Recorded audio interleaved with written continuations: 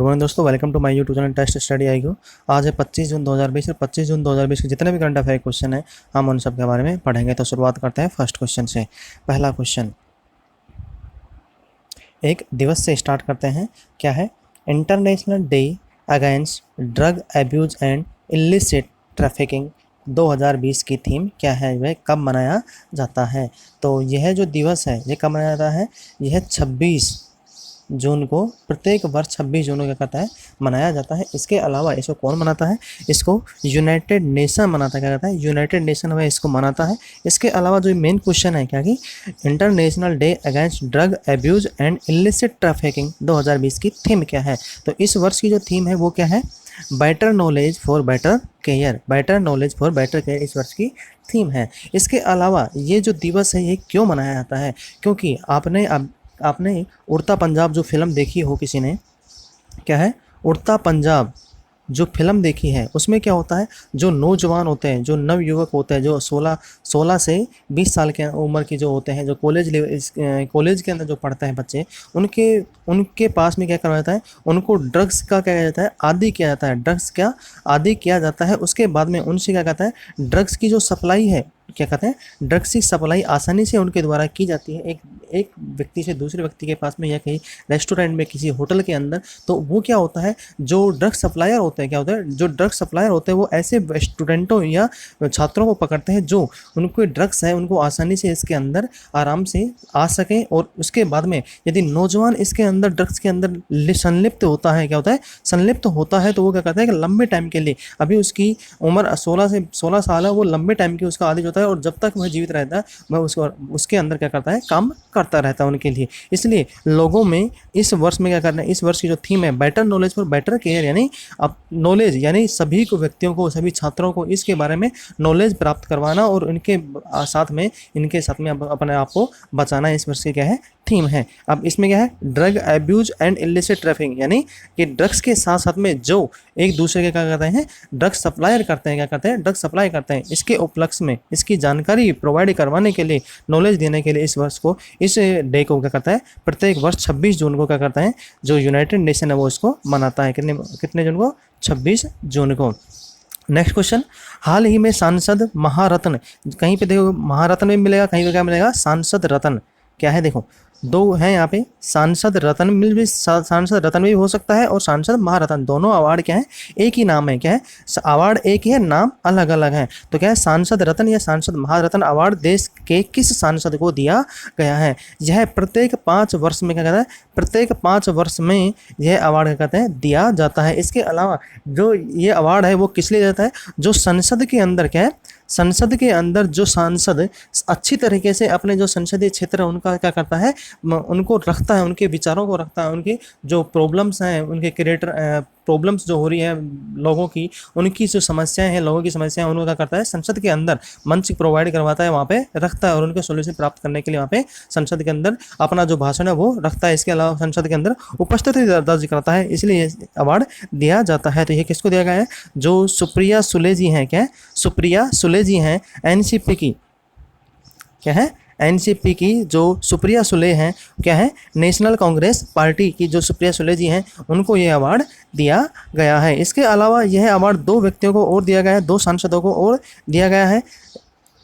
NCP की है, कौन है? सुप्रिया सुले जी। शिवसेना की, क्या है? शिवसेना के हैं एक तो सांसद, और के दूसरे कौन से हैं?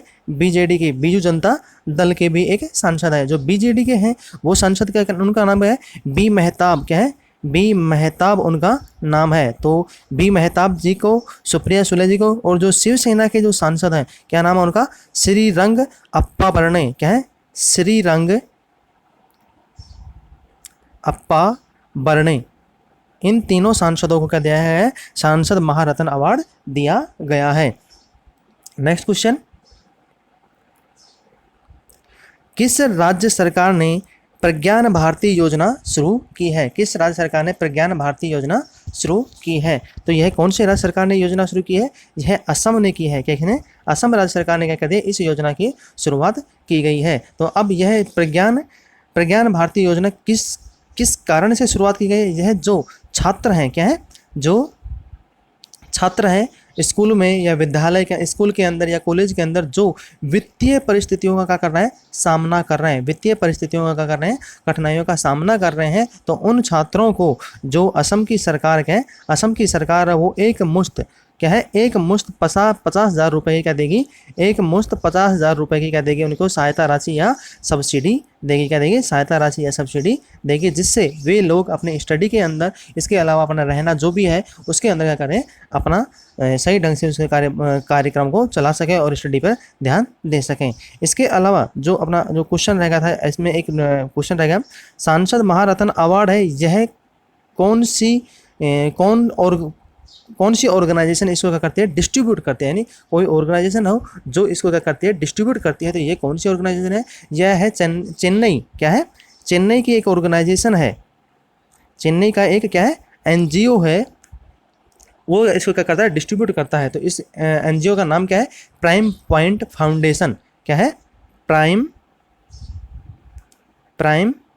Point foundation. वह एक मैगजीन की क्या है, एक मैगजीन है, दोनों मिलकर क्या करते हैं, इसको डिस्ट्रीब्यूट करते हैं, क्या है, प्राइम पॉइंट फाउंडेशन है एनजीओ, और एक क्या है, एक मैगजीन है, इन दोनों ने मिलकर क्या कर रहे हैं, ये अवार्ड डिस्ट्रीब्यूट करते हैं।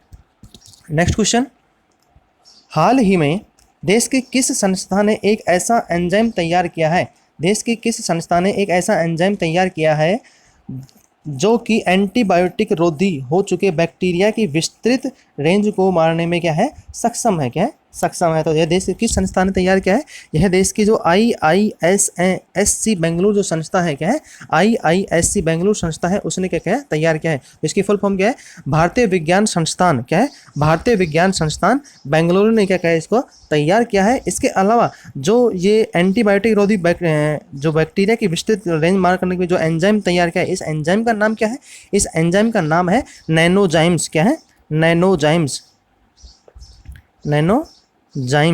जो एंजाइम है जो तैयार किया है, जो बैक्टीरिया को एंटीबायोटिक रोधी के लिए तैयार किया गया है, इस एंजाइम का नाम क्या है, नाम ध्यान रखना, नैनोजाइम्स, क्या है, नैनोजाइम्स क्या है, इसको तैयार किया गया है। इसके अलावा जो इसके अंदर है, क्या है, नैनोजाइम्स है, वो नैनो मटेरियल से क्या है, तैयार किया गया है, नैनो मटेरियल से क्या है, तैयार किया गया है। और यह किसकी अध्यक्षता के अंदर क्या है, यह प्रोफेसर चक्रवर्ती की अध्यक्षता के अंदर क्या है, इसको तैयार किया गया है, क्या है, प्रोफेसर चक्रवर्ती है जी हैं, उनकी अध्यक्षता के अंदर इसको क्या है, तैयार किया गया है।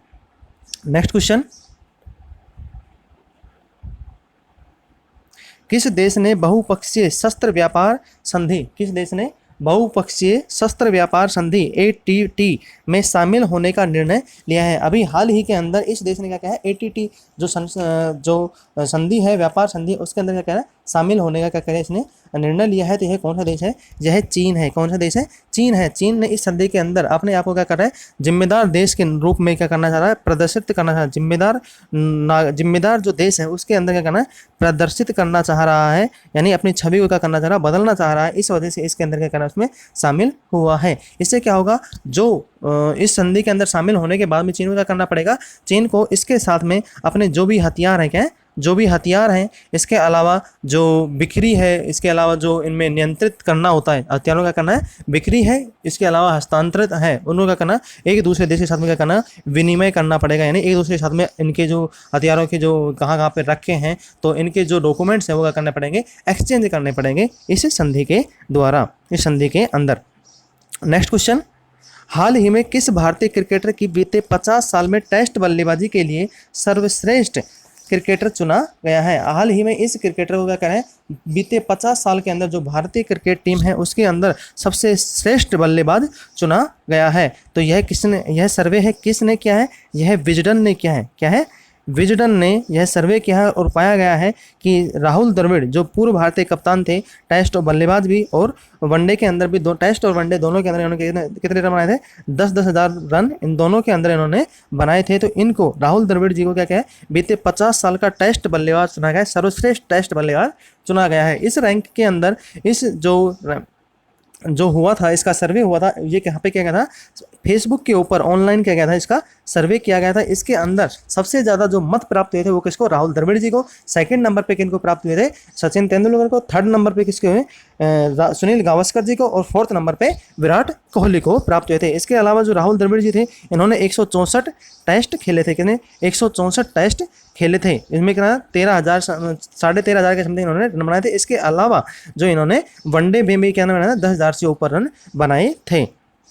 नेक्स्ट क्वेश्चन, किस राज्य सरकार ने महात्मा गांधी राष्ट्रीय ग्रामीण रोजगार गारंटी अधिनियम मनरेगा की तर्ज पे, क्या है, राष्ट्रीय ग्रामीण महात्मा गांधी राष्ट्रीय ग्रामीण रोजगार गारंटी अधिनियम मनरेगा के तर्ज पर नौकरी की गारंटी योजना शुरू की है। हाल ही में एक राज्य है केरल है, केरल के बाद यह राज्य कौन सा है, दूसरा राज्य बना है जिसने भी इसकी तर्ज के ऊपर क्या क्या है, मनरेगा के तहत में जो 100 दिन की नौकरी है, क्या है, 100 दिन का कार्य 100 दिन का काम है वो देने की क्या करिए, गारंटी रोजगार गारंटी योजना की शुरुआत की थी। यह कौन सा राज्य है, यह है झारखंड। कौन सा राज्य है, झारखंड।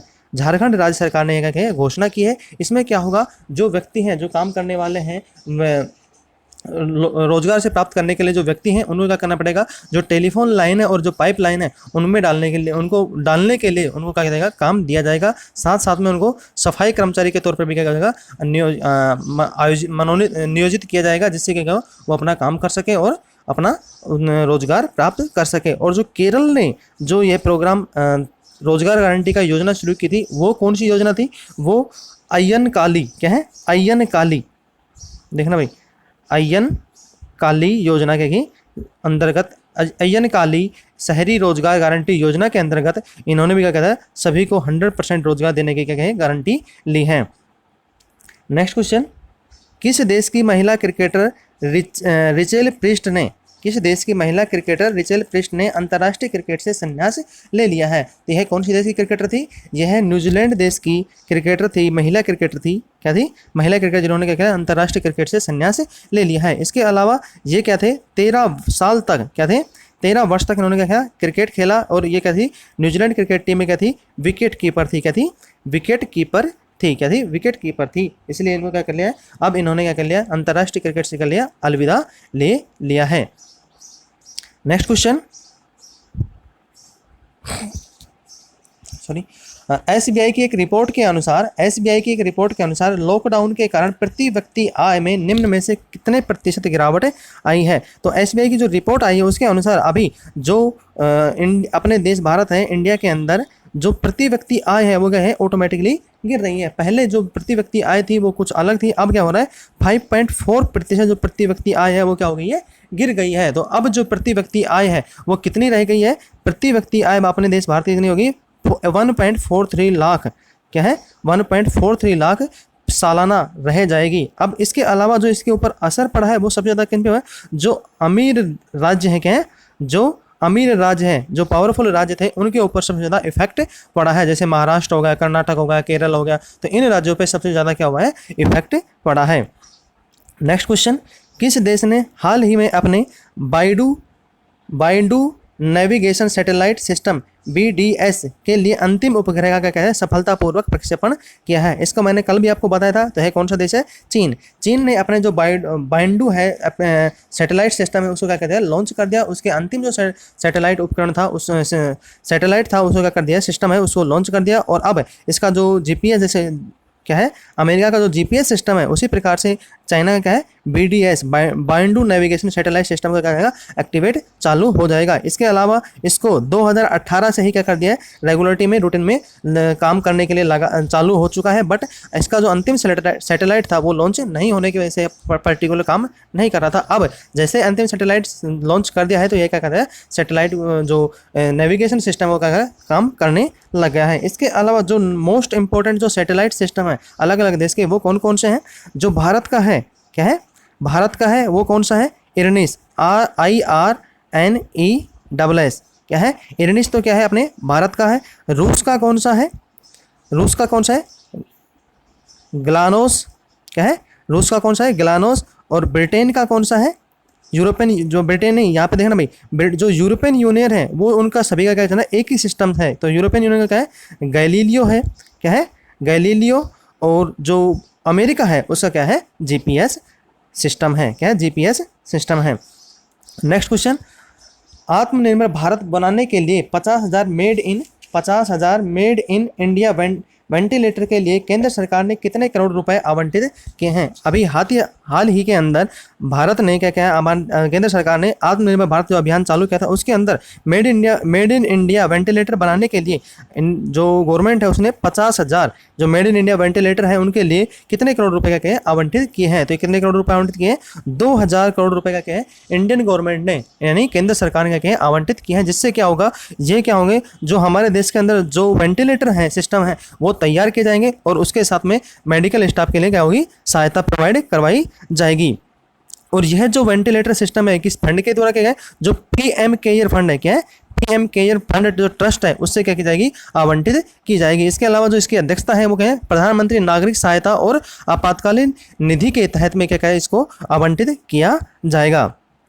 नेक्स्ट क्वेश्चन, किस पूर्व भारतीय सलामी बल्लेबाज को उत्तराखंड में घरेलू सत्र के लिए मुख्य कोच के रूप में नियुक्त किया गया है? हाल ही के अंदर जो वसीम जाफर जी हैं उनको क्या है उत्तराखंड के लिए घरेलू कोच में क्या है नियुक्त किया गया है। जो रणजी ट्रॉफी टीम है उनकी रणजी ट्रॉफी में जो खेलने के लिए जो टीम होती है उत्तराखंड की उसके उनके क्या है उनको कोच नियुक्त किया गया है। जो वसीम जाफर जी हैं उन्होंने अभी मार्च 2020 के अंदर क्या है, मार्च 2020 के अंदर क्या लिया था, संन्यास लिया था। क्या लिया था? संन्यास लिया था। इसलिए इन्होंने क्या कहते हैं इंडिया की तरफ से 31 टेस्ट और 2 वनडे खेले थे। 31 टेस्ट और 2 वनडे मैच खेले थे।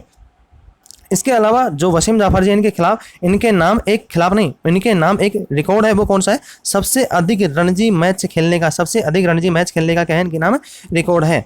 आज के लिए इतना ही। यदि आपको हमारा लेक्चर पसंद आता है तो आप इसे लाइक करें, शेयर करें, कमेंट करें, सब्सक्राइब करें और साथ में जो सब्सक्राइब के साथ में जो बेल आइकन है उसको दबाना ना भूलें। इसके अलावा जो आपको कोई डाउट है तो आप हमें कमेंट बॉक्स में लेके हम आपका डाउट अगले जो लेक्चर आएगा हमारा नेक्स्ट टाइम पे उसके अंदर उसको डाउट को क्लियर करेंगे। और आप यदि आपको लेक्चर अच्छा पसंद आता है तो आप इसे मैक्सिमम से मैक्सिमम दोस्तों को शेयर करें। यदि आपको कोई डाउट होता है, यदि आपको लेक्चर पसंद नहीं आता तो आपको डिसलाइक करने का भी अधिकार, तो आप इसे डिसलाइक भी कर सकते हैं। आज के लिए इतना ही। धन्यवाद।